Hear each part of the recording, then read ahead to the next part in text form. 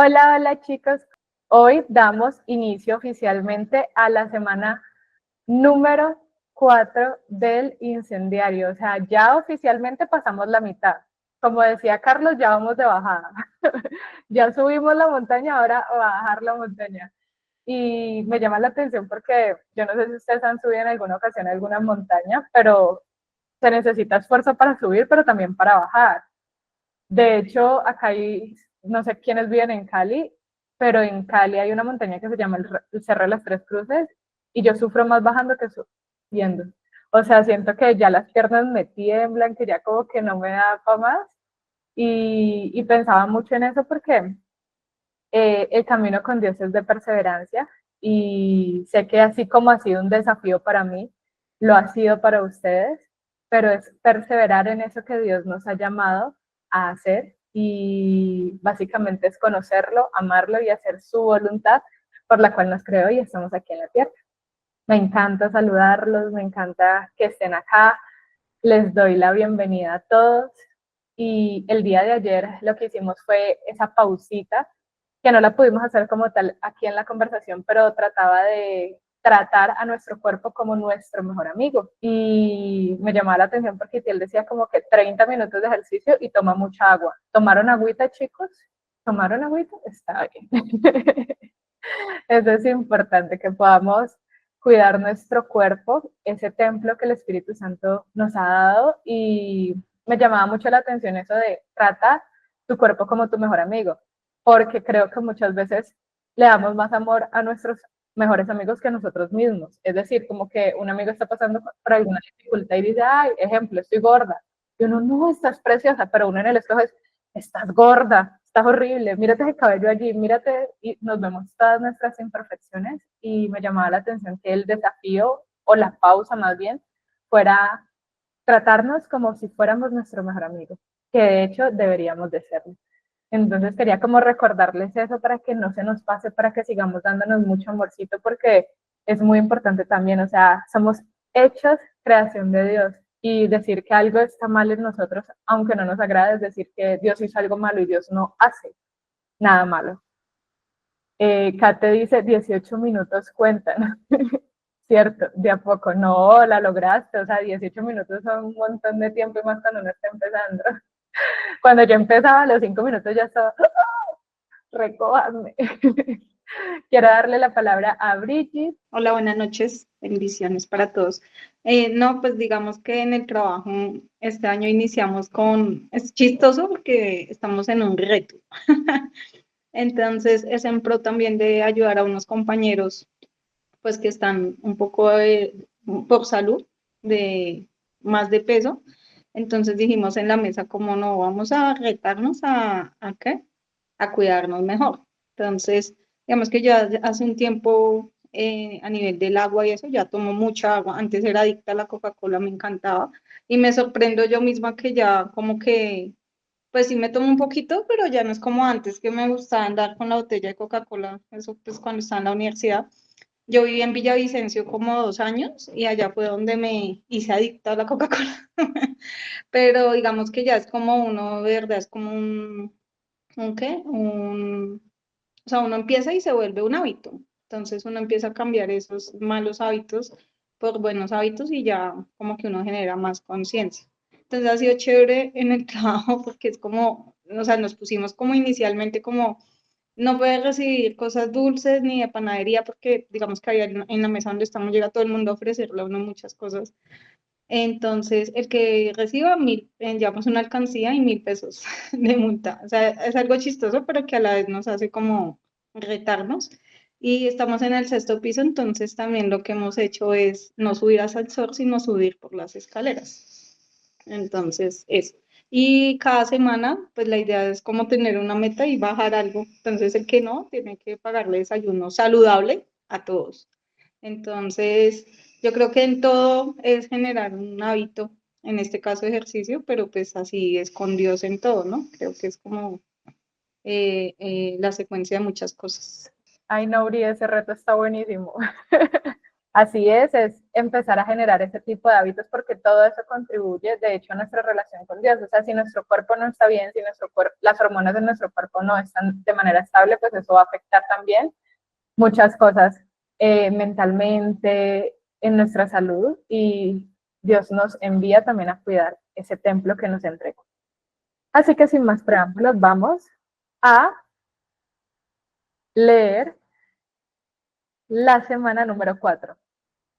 Dios mantiene mi lámpara encendida, ilumina mis tinieblas. Salmos 18:28. Y luego pasa por aquí a la semana 4, que se llama Confía en Dios. Es decir, esta semana vamos a hablar acerca de la confianza en Dios.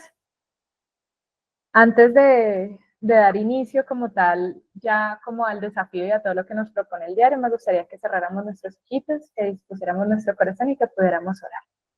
Papito Dios, hoy te damos gracias por un día más, una semana más de vida, un mes más que nos permites disfrutar de tu mano.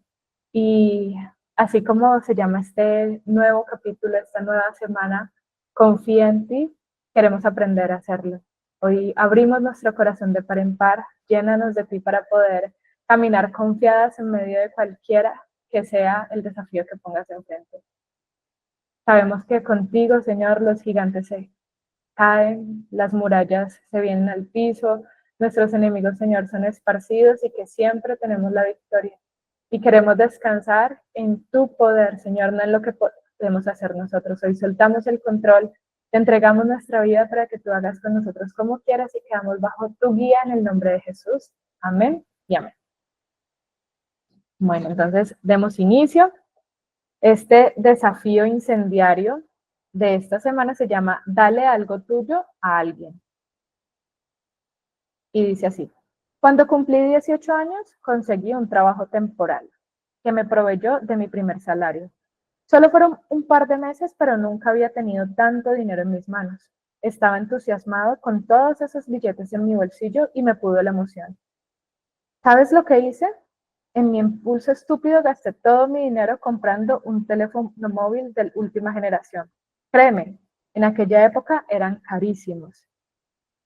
Ahora sé que no era lo suficientemente maduro como para administrar con inteligencia todo ese dinero y lo malgasté en algo que no necesitaba realmente, un capricho. Recuerdo que poco después de gastarme todo el dinero que tenía en aquel móvil, Dios me habló en una reunión de oración. Fue tan clara su voz que no podía negarla. Dios me dijo que regalara mi teléfono a una persona concreta que estaba en aquel lugar. Sinceramente, no podía creer lo que Dios me estaba pidiendo. Darle aquello en lo que me había gastado todo mi dinero a otra persona era mío, o en realidad yo era de él. Lo que poseía terminó poseyéndome. Me fui de aquel lugar sin obedecer a la voz de Dios y negándome a hacerlo. Lo más fuerte fue que, desde el momento en el que Dios me habló, perdí la capacidad de disfrutar de aquel teléfono. Lo miraba y no me sentía feliz de poseerlo. Sin embargo, de alguna manera me sentía aferrado a él, poseído por él. Sabía que eso me estaba pasando a causa de mi desobediencia. Finalmente comprendí que debía obedecer, aunque no pensaba que fuera a obtener nada bueno de este acto de obediencia. Aún así, lo hice. Di aquel teléfono a la persona que me había señalado el Espíritu Santo. Lo que ocurrió en mi corazón en ese momento aún lo recuerdo hasta hoy. Me sentí extrañamente feliz. Experimenté la evidencia de la promesa que Jesús pronunció sobre los generosos cuando dijo: hay más bendición en dar que en recibir. Hechos 20:35 NTV. De verdad, me sentí alegre al ver la cara de aquella persona sorprendida con mi inesperado regalo y me seguí sintiendo feliz cada vez que la veía usando el teléfono. Fue maravilloso. Recuerdo que me dijo lo mucho que significaba para ella que Dios le estaba transmitiendo un mensaje de valor a través de mi regalo. Ahora sé que en realidad el más beneficiado por ese acto de generosidad fui yo. Descubrí la extraña alegría del dar, la bendición de la generosidad. Por esa razón, el desafío incendiario de esta semana es darle algo tuyo a alguien. Repito, algo tuyo, no comprarlo, no dinero, no un vale de regalo, algo tuyo, que te pertenece, que te cueste esfuerzo dar porque es tuyo. cuyo valor radique en que para ti es algo realmente valioso. Y no hablo del precio, eso no importa, para que al darlo estés dando un trocito de tu corazón. Se trata de experimentar la alegría del dar que se obtiene justo después del dolor de dar. Créeme, será memorable si lo haces como el Espíritu Santo te indique. Muchas veces el deseo de Dios es liberarte de aquellas pertenencias como han terminado poseyéndote a ti. ¿Cómo lo harás? Durante los próximos 7 días, pregunta al Espíritu Santo qué dar y a quién darlo. Cuando lo tengas claro, obedece. Ese es el desafío de esta semana. Está heavy. Está bien heavy. Les confieso que la primera vez que leí el diario, Dios me pidió regalar mis aretes de boda. Y yo, no, son con los que me casé, yo no se los quiero dar. Fue bastante difícil, renegué, hice pataleta, hasta que por fin los entregué y la verdad, ver la reacción con la que la chica los recibió fue como, uff, ahora entiendo por qué Dios me lo estaba pidiendo. Solamente les dejo esa inquietud, hay que preguntarle al Espíritu Santo qué dar y estoy segura que Él nos va a mostrar qué hacer. Y ahora sí empezamos con el día número 22. Adora en tu noche oscura. Allí estábamos mi amigo y yo sentados frente a frente en la mesita de aquella cafetería. Hacía minutos que el café se había quedado frío y aún no le habíamos dado ni un sorbo de cortesía, ni se lo íbamos a dar, porque cuando ocurren tragedias como esa, se te encoge el estómago. Como un balazo en el pecho. Así es como lo describió el dolor que sintió cuando le dieron la noticia de que su esposa se estaba muriendo. Parece mentira que un cáncer la esté devorando por dentro y a pesar de eso se vea tan guapa, añadió. Y es verdad lo que decía mi amigo. Donde antes tenía una melena castaña, ahora tenía un pañuelo rosado, pero créeme si te digo que estaba preciosa. Su rostro estaba iluminado como el rostro de un ángel. Los médicos decían que se estaba apagando, pero para todos los que compartimos unos momentos con ella era evidente que su luz era eterna. Esa extraña belleza en medio de su fragilidad era cautivante. Pero por favor, no me entiendas mal. Todos éramos conscientes de lo que estaba pasando, y ella más que ninguno. Tenía días donde experimentaba un terrible dolor y se desmayaba en los brazos de su marido. Otras veces, sus piernas no podían sostenerla en pie durante mucho tiempo y su cuerpecito parecía que se iba a romper en cualquier momento. Pero cuando volvía a mirarnos con esos ojos llenos de luz, ella parecía indestructible. No obstante, siendo honesto, todos sentíamos terror al pensar que cualquier día esos ojos no volverían a abrirse y su luz se marcharía a otro mundo. La amo más de lo que pensé jamás que podría amar a alguien y no me puedo imaginar una vida sin ella, me dijo con la voz entrecortada mientras se echaba las manos a la cara y se dejaba caer sobre la mesa, volcando la taza de café sobre el mantel. Entonces sus lágrimas ardientes se mezclaron con el café frío. Ese hombre que lloraba sin consuelo delante de mí era una de las personas más valientes que he conocido. En ese momento llevaba meses luchando contra ese maldito cáncer que persistía en extenderse por el cuerpo de su esposa, llevando las cirugías y quimioterapias, recorriendo los pasillos del hospital, aprendiéndose la receta de todos los tratamientos de oncología. Era agotador y creo que era terriblemente injusto para mi amigo recién casado tener que usar el calendario colgado en la cocina para anotar sus citas médicas y las tomas de medicamentos en vez de sus escapadas románticas y o la lista de compra. Se me parte el corazón al pensar en ello. Sinceramente sería fácil enfadarse con Dios en una situación como esa. Pero para mi asombro, levantó su rostro de la mesa para mirarme fijamente a los ojos y me dijo algo que no podía olvidar hasta el día de hoy. A veces la vida es una mierda, balbuceó, mientras se secaba las lágrimas con sus manos temblorosas. Pero sé que Dios es bueno, lo sé. Cuando escuché aquellas palabras brutalmente honestas, me sonaron a adoración, lo digo en serio, pura adoración. Me pareció que aquella declaración de confianza en la bondad de Dios, a pesar de que parecía que no hacía nada para evitar su dolor, era digna de formar parte de los salmos de la Biblia. porque mi amigo decía lo que estaba sintiendo cuando todo en su mundo se estaba desmoronando, como también lo expresaban los salmistas. Ellos y él podían dudar de todo excepto de eso. Aunque no lo entienda, Dios sigue siendo bueno. Es cierto, querido lector, a veces la vida es una auténtica mierda, pero Dios siempre es bueno, siempre. Y mientras nos mirábamos, adorábamos a Dios en silencio, sin entonar ni una canción, llorando juntos sobre el café. A todos, tarde o temprano nos tocará experimentar una crisis espiritual tan fuerte que va a hacer temblar los cimientos de nuestra fe. En ese momento, cuando nos sentimos incapaces de afrontar lo que está ocurriendo, nuestras certezas desaparecen y parece que hay un telón de acero entre Dios y nosotros. La oración se siente fría y la Biblia vacía, a ese momento de desolación donde somos invadidos por una sensación de abandono divino. Lo conocemos como la noche oscura del alma. Muchos cristianos sinceros han hablado de su noche oscura del alma en sus diarios personales. Los salmos están repletos de versos como este, los cuales parecen que no se escribieron con tinta, sino con lágrimas. Dios mío, ¿por qué me has desamparado? ¿Por qué estás tan lejos de mi salvación y de las palabras de mi clamor? Dios mío, clamo de día y no respondes, y de noche y no hay para mí reposo. Pero tú eres santo, tú que habitas entre las alabanzas de Israel. Salmos 22, del 1 al 3. El salmista expresa su angustia ante la sensación de abandono divino. Pero la pregunta es, ¿realmente ha sido abandonado?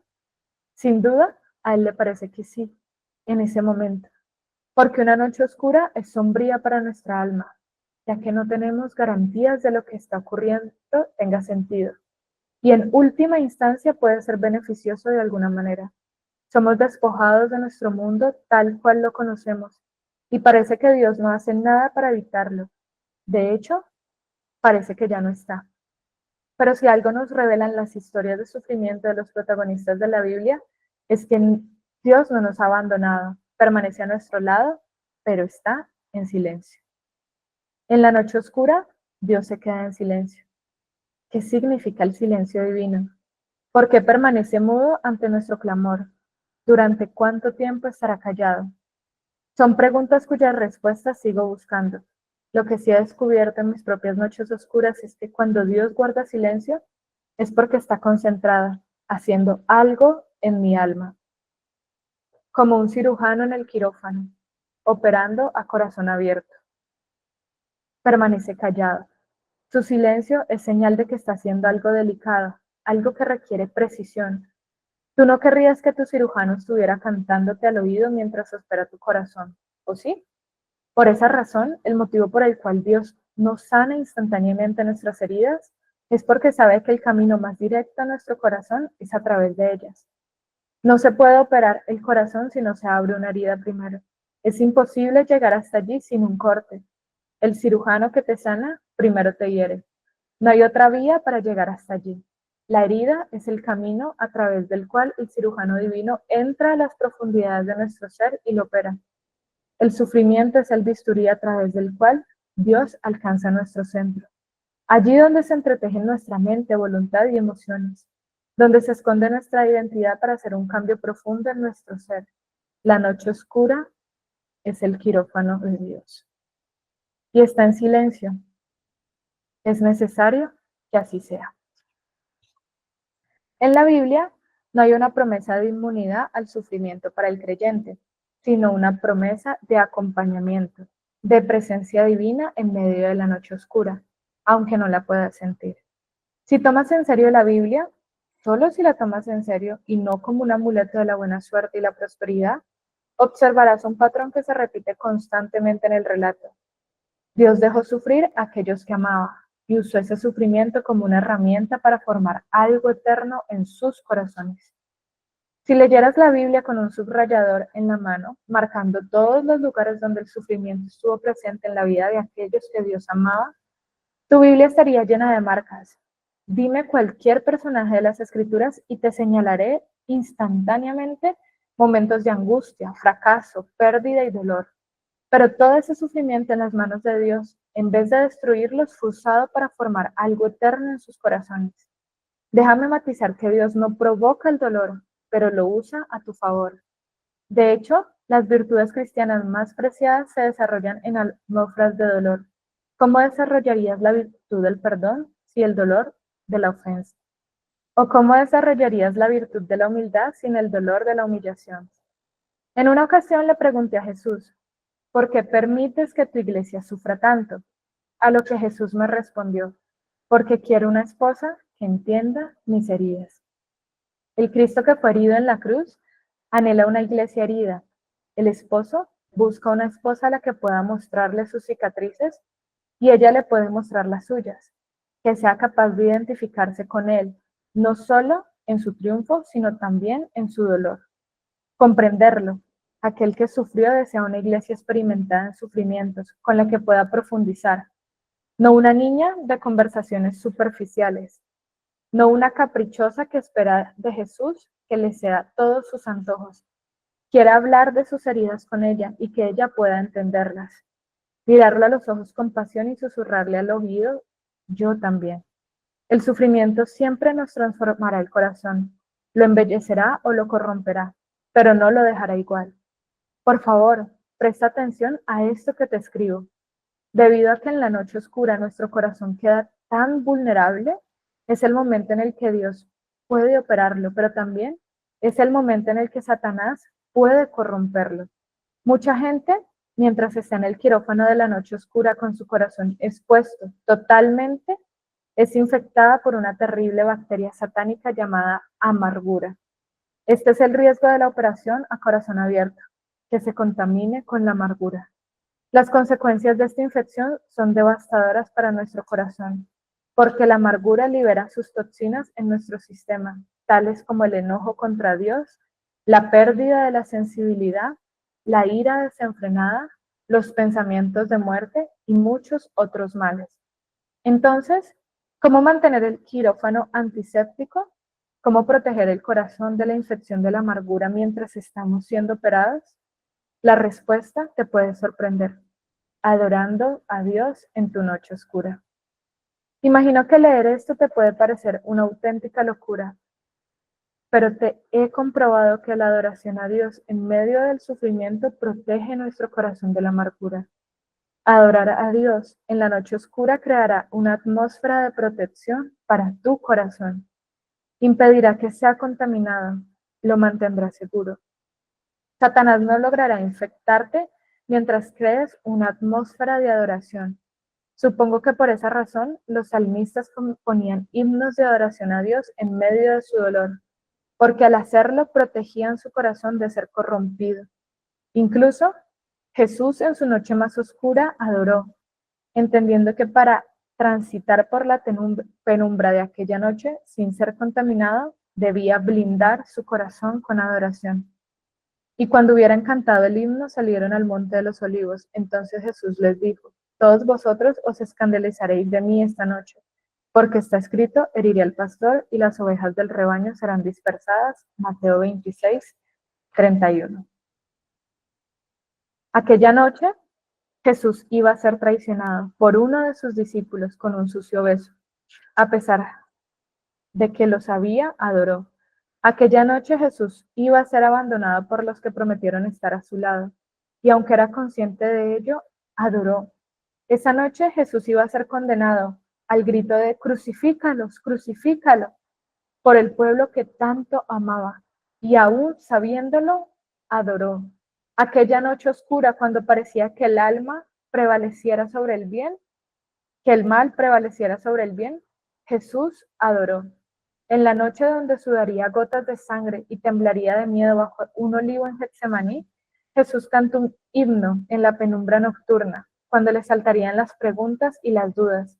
Jesús entonó un salmo, enseñándonos a todos nosotros que para transitar por la oscuridad sin contaminarnos el corazón, debemos hacerlo adorando a Dios, aunque no entendamos lo que está ocurriendo, cantando himnos con la voz desgarrada, entonando nuestro propio salmo escrito con lágrimas. La adoración es el único lugar seguro para tu corazón en medio de la noche oscura. Y si te sientes solo en medio de la oscuridad, Recuerda que aunque guardes silencio, Jesús no te ha abandonado y además puede identificarse con tu dolor porque él también se sintió solo sobre la cruz. Jesús clamó a gran voz diciendo, Elí, Elí, lama sabactani. Esto es, Dios mío, ¿por qué me has desamparado? Mateo 27:46. No hay nada que me dé más esperanza en medio de la tenebrosa oscuridad que esto. Saber que Jesús se identifica con mi dolor, que estuvo allí y que sabe cómo se siente. Jesús atravesó las entrañas del monstruo y me promete que hay luz al otro lado. Eso es suficiente para mí. Fanny Crosby, autora de 8000 de los himnos que se entonan en nuestras capillas, fue ciega desde su nacimiento. ¿Puedes imaginar la oscuridad más persistente que esa? Pero en vez de sumergirse en la amargura de su situación, dijo lo siguiente: parece destino de la providencia bendita de Dios que yo tenga que estar ciega por toda la vida, y yo le agradezco por esta dispensación. Si mañana me ofrecieran una vista perfecta terrenal, yo no la aceptaría. Quizás no cantaría himnos de alabanza a Dios si fuera cautivada por la belleza que me rodea. Si pudiera elegir, elegiría estar ciega, porque cuando muera, el primer rostro que veré será el de mi bendito Señor. Por cierto, ¿quieres saber lo que ocurrió con la esposa de mi amigo? Ella adoró en la noche y al amanecer se encontró cara a cara con el que adoraba. Ella transitó valientemente a través del valle umbrío y al otro lado encontró el lugar donde Dios enjuaga toda lágrima de los ojos, donde ya no hay muerte, ni hay más llanto, ni clamor, ni dolor. Apocalipsis 21:4. En aquel lugar no anochece nunca, porque la bondad de Dios ilumina todo para siempre. Estoy segura de que el primer minuto en aquel lugar compensará 1.000.000 de años de sufrimiento. Si estás sufriendo, recuerda que ninguna de tus tristezas tiene vida eterna, pero tu alegría sí. Entonces, adora. La oruga no necesita un milagro para poder volar. Necesita experimentar un proceso transformador en la oscuridad de su crisálida. Y fin a este día número 22. Impactada. Me recuerda, de hecho, el testimonio de un chico de nuestra iglesia. Bueno, chico no, él ya tiene por ahí 40 años. Llevaba ya, yo creo que entre 10 y 15 años casados, porque creo que se casaron muy jóvenes. Y su esposito también tenía cáncer. Y antes de morir, Dios le dijo a él que ella se iba a ir. Y ella también ya lo sabía y fue tremendo porque a mí me impactaba ver la fortaleza que él tenía, porque yo siento que si uno no está firme en la fe, una prueba como esta lo puede venir abajo. Y yo decía, wow, wow, porque él estaba firme, iba, literal, era de los primeros en llegar a adorar a Dios, y yo decía, es que él sabe cuál es la respuesta, y la respuesta no es otra sino que Dios. Y lo que me llama la atención es que él es psicólogo, ¿no? Y él podría decir, no, pues voy a terapia, hago esto, hago esto, hago esto, ¿no? Él sabía a quién acudir. Y la verdad, mientras leía la historia del amigo de Itiel, que su esposita tenía cáncer, recordaba esto. Paulita. Hola, buenas noches. Bueno, a mí me parece súper lindo este capítulo porque es verdad, o sea, por ejemplo, a veces nosotros cuando estamos sufriendo y eso, sentimos como que si Dios estuviera lejos, como si nos hubiera abandonado o no nos tuviera como en cuenta, pero también está haciendo, o sea, sí, está fortaleciendo nuestras vidas y también está cumpliendo su propósito con nosotros. Entonces a veces es difícil como entender eso, pero creo que cuando uno se, se llena más como de la comunión con Él, habla más con Él, eh, o sea, se sumerge más en medio de esa oscuridad con Él, es cuando entiende que todo tiene un propósito. Entonces que esas pruebas o esas dificultades no van a durar siempre y aún así si no tengan, así no tengan, digamos, solución, supongamos como un cáncer terminal o algo así, Dios siempre tiene un propósito y tiene algo más grande que eso que, por ejemplo, dice que vamos a tener un cielo nuevo, tierra nueva, o sea, siempre nos da una promesa, sea aquí en la tierra o en el cielo. Y sí, porque a veces también nos comparamos mucho como que, ay, bueno, pues esa persona, por ejemplo, Dios la sanó y a mí no. Entonces, ¿será que Dios no me quiere a mí y eso? Pero no, es que Dios es creativo, Él tiene, o sea, en todo muestra su propósito, aún en medio de esa oscuridad hay un propósito con esa persona. Entonces, es como aprender a discernir más esos propósitos de Dios, porque a veces uno no los entiende, pero Dios se glorifica en todo como Él quiere y cuando Él quiere. Y aún así, en medio del dolor, también hay esa promesa de que no habrá, nos va a dar un lugar donde no habrá más llanto, no habrá más dolor. Entonces, siempre nos promete algo hermoso y se glorifica en medio de cualquier situación, sea buena o mala. Entonces, es siempre aprender a entender eso. Amén, Paulita. No sé si lo había comentado aquí, pero recordé la escena de The Chosen, cuando Santiago le dice, ¿por qué no me hace nada? Y Jesús le dice, eh, no te hace nada porque el milagro de sanidad lo puede hacer en cualquier persona, pero tú sigues siendo fiel aún a pesar de que no te ha sanado. Y cuando estés en la eternidad y saltes con los demás animalitos y hagas esto y aquello, verás que todo esto era pasajero y así como parafraseado, y siento que esa escena es tan real porque en el propósito perfecto de Dios, Él sabe porque nos hace atravesar por pruebas y como dice la palabra, Él no pondrá una mayor prueba que no podamos soportar, o sea, si Él la pone es porque Él sabe que tenemos la capacidad para llegar al otro lado. Es como cuando le dijo a los discípulos, vayan al otro lado y en medio se armó literalmente las olas, el agua empezó a entrar en la barca y como que los discípulos se asustaron y Jesús estaba tranquilo porque él dijo, vamos a ir al otro lado. Y si Dios habla y dice que vamos a llegar al otro lado, lo que pasa en medio de tierra y tierra, no sabemos, pero vamos a llegar al otro lado. Es como pensé en la escena de Pablo con el barco hecho pedacitos, pero todos 100% vivos, como narra Hechos, que todo el barco se afectó, pero que todas las personas llegaron con vida a tierra. Y Dios hace exactamente eso. Por aquí Laura Valentina dice, a veces no entendemos los propósitos de Dios, pero son más grandes que los de nosotros. Así es. Bridget. Bueno, asociándolo un poquito al capítulo y de adoración, pues creo que también es como eh, dar gracias aún en medio de, ¿no? Que pues es muy difícil. Y recuerdo una prédica, yo llevaba poquito en la iglesia y la pastora Natalia Nieto decía, den gracias incluso aún cuando los roben. Y yo decía, pero ¿por qué va a dar uno gracias?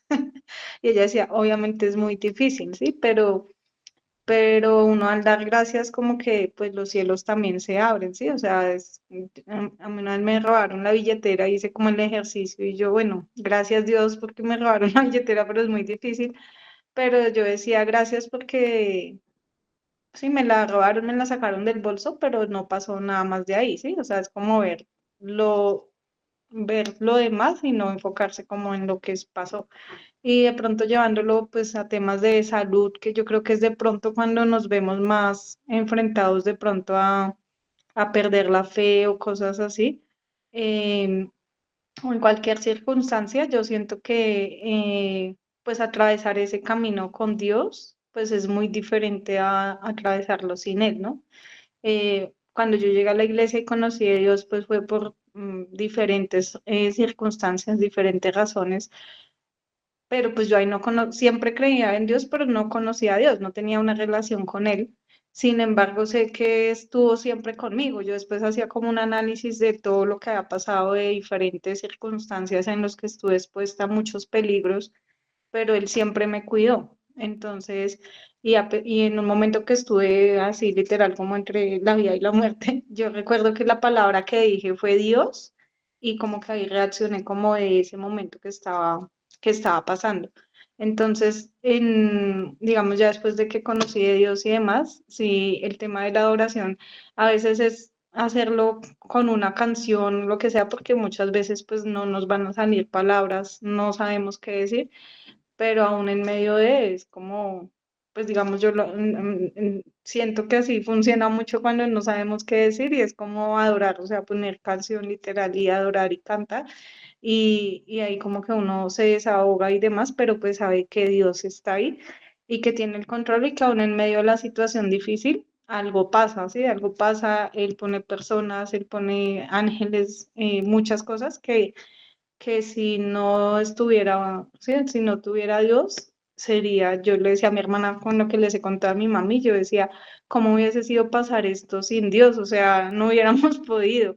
Entonces, creo que de pronto es difícil decirlo, de pronto en las circunstancias que ya estemos viviendo X situación, eh, sea difícil, pero pues yo creo que era lo que tú decías, como si estamos como en esa fe, eh, eh, pues Dios nos va a sacar al otro lado y también pues como contar con esas personas de apoyo que levantan nuestros brazos en oración cuando estamos pues pasando por situaciones difíciles.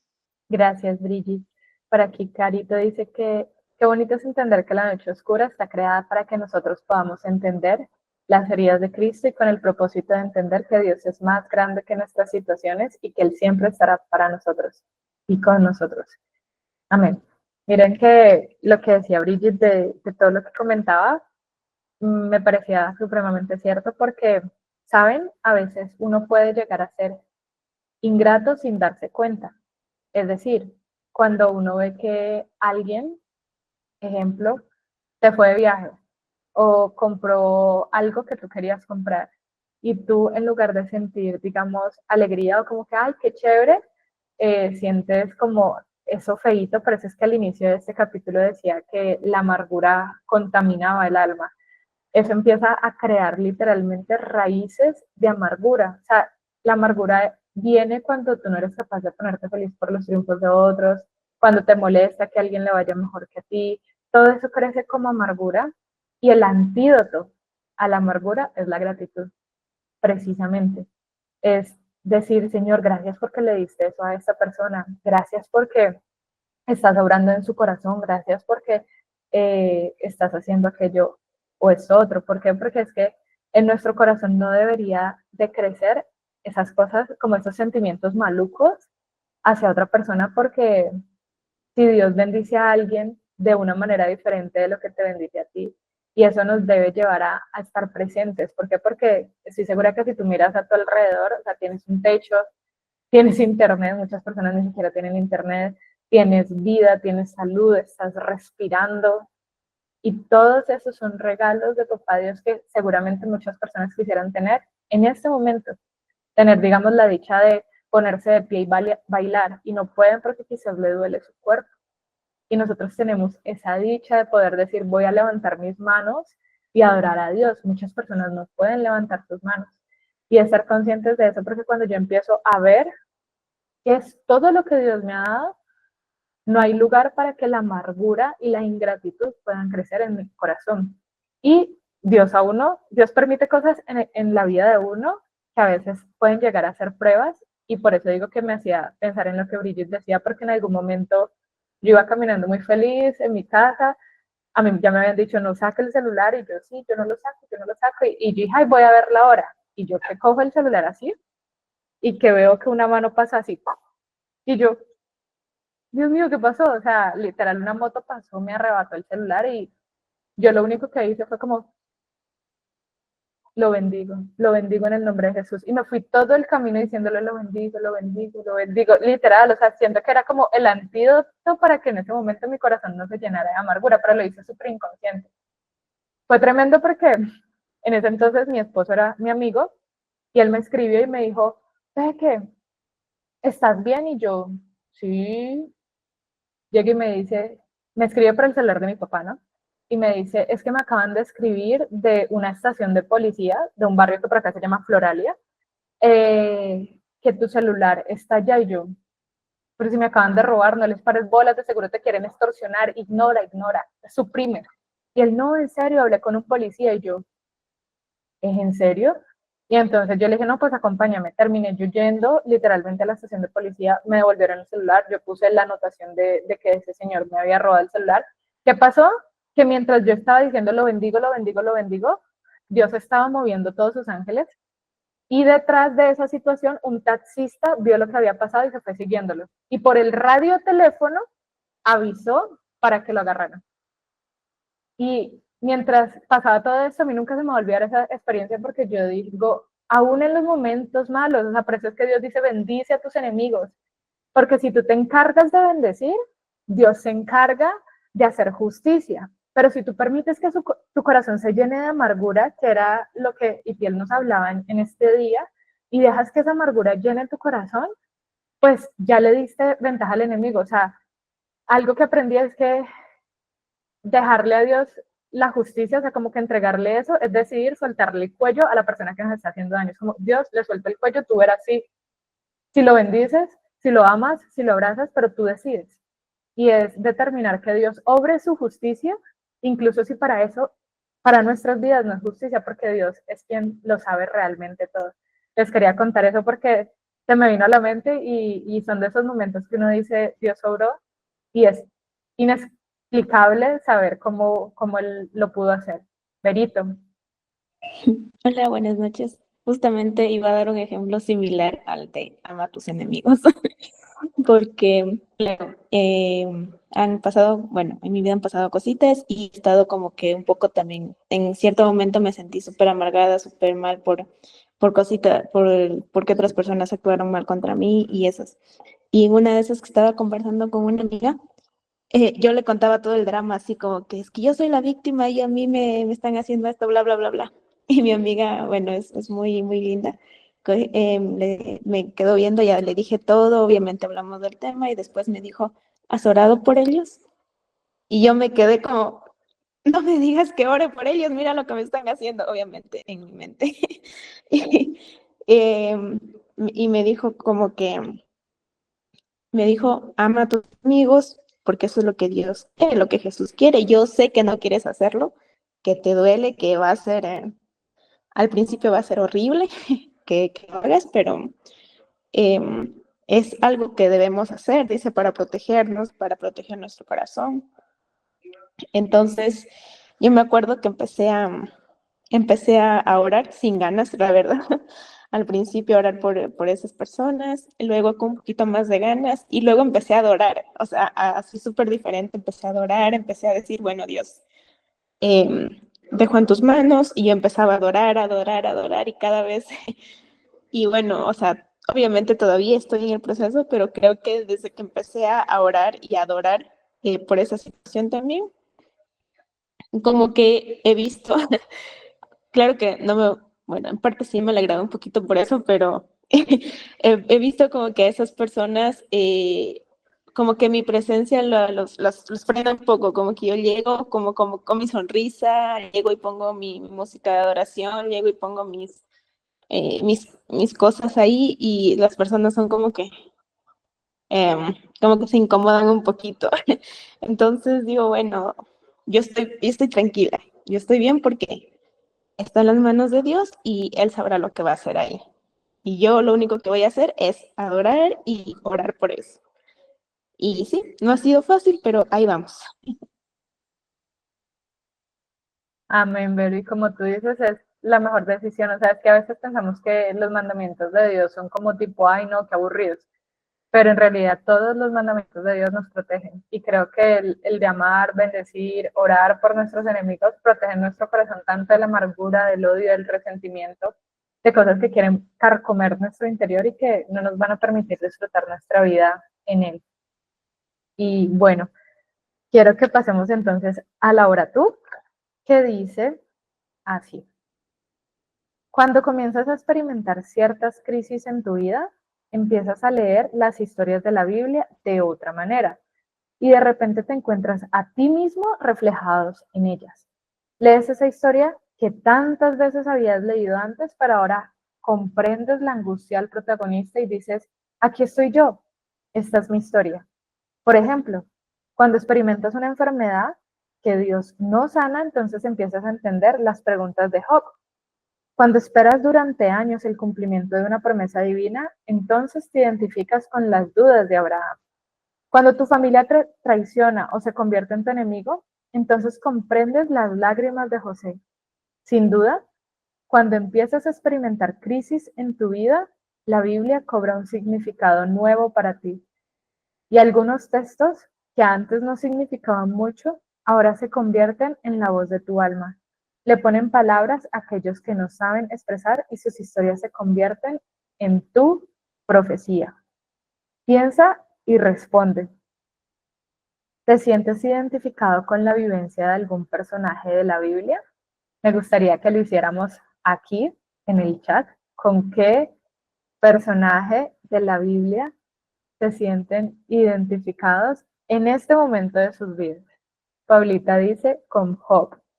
Carito Moreno dice sí, con Job. Catherine Quiroga dice Monte de Sión. A ver, explícanos eso, por favor. Bueno, sí, es curioso. A mí ya me han hecho esa pregunta y yo, pero no me siento tan identificada con los personajes. Aunque obvio, cuando uno lee los salmos y demás, uno dice, no, aquí estoy yo. Pero en cuanto al Monte de Sión, obviamente cuando uno lee bastante Isaías, veo cómo ha sido, pues, se puede decir, abandonada, cómo ha sido, sí, ciertas partes de la vida, de la trayectoria, sí, del monte como tal, pero allí está la presencia de Dios y viene y restaura su presencia, sí. Entonces también dice en alguna parte donde, y muchos verán que allí está la presencia de Dios. Sí, bueno, estoy contando la parte chévere, ¿no?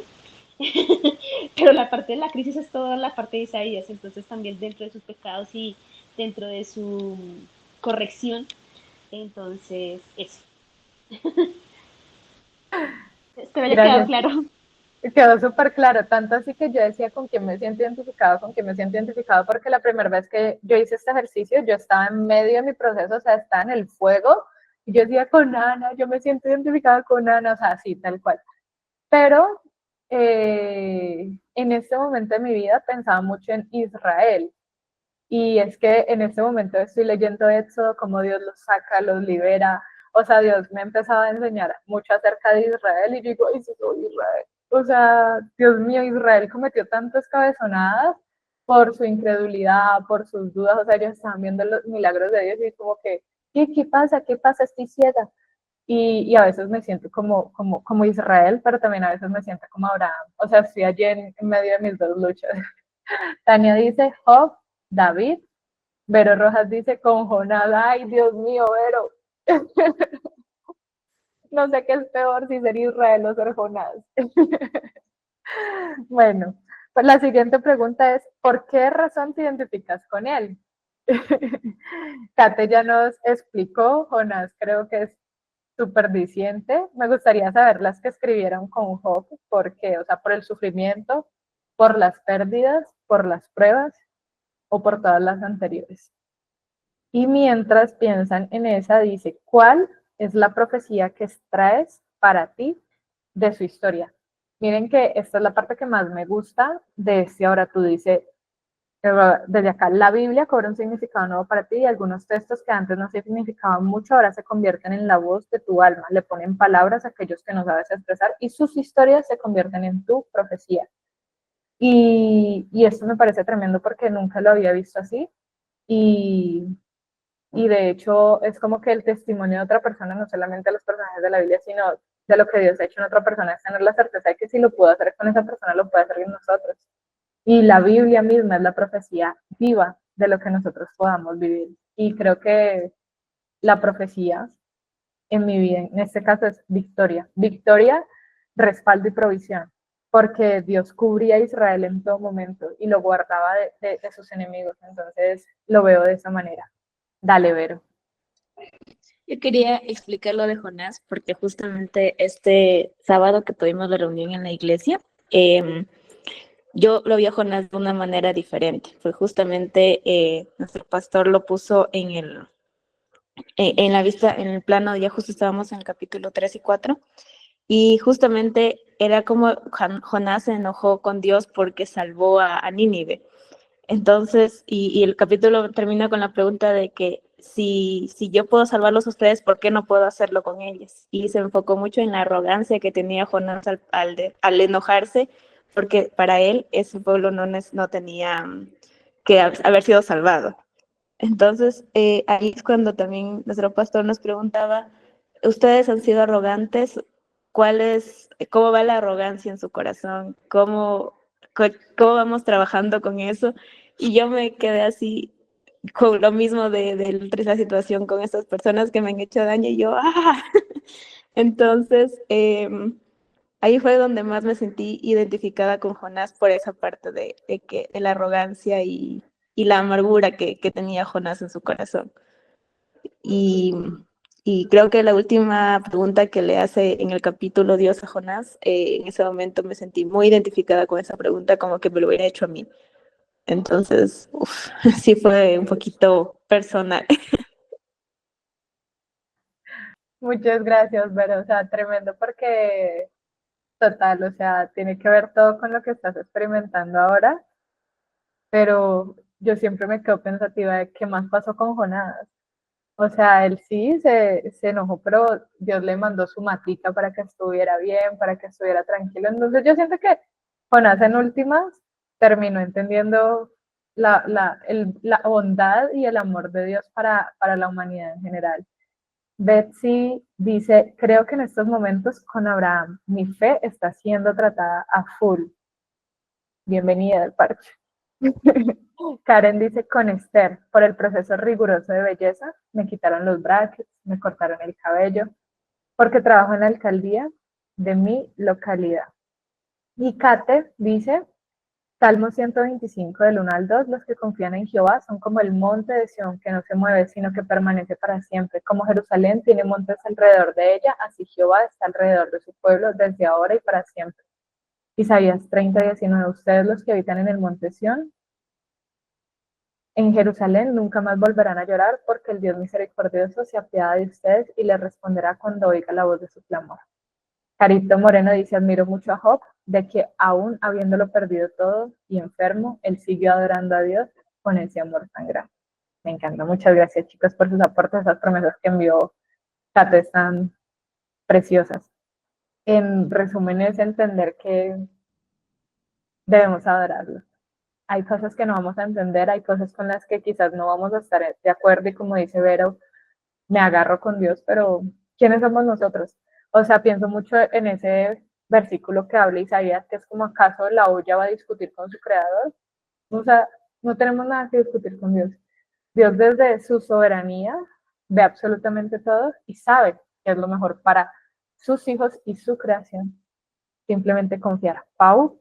Sí, eso era lo que yo quería decir. Pues que Job, pues que como que Dios le dijo a Job que acaso le va a decir el barro o sea, al que lo formó, eh, o sea, quién es él o sea, para decirle a su creador esas cosas. Entonces le mencionó como que creó los cielos, la tierra, creó todo. Entonces, que cómo tiene derecho a reclamarle al creador de todos los cielos y la tierra. Entonces me parece hermoso también eso. Incluso en esos momentos donde nos enojamos y hacemos pataletas, Dios no nos rechaza. O sea, Dios es tan amoroso, chicos. Y creo que muchas veces sí tenemos que llevarle esas luchas a Él, porque ¿quién más nos va a explicar? ¿Quién más nos va a enseñar?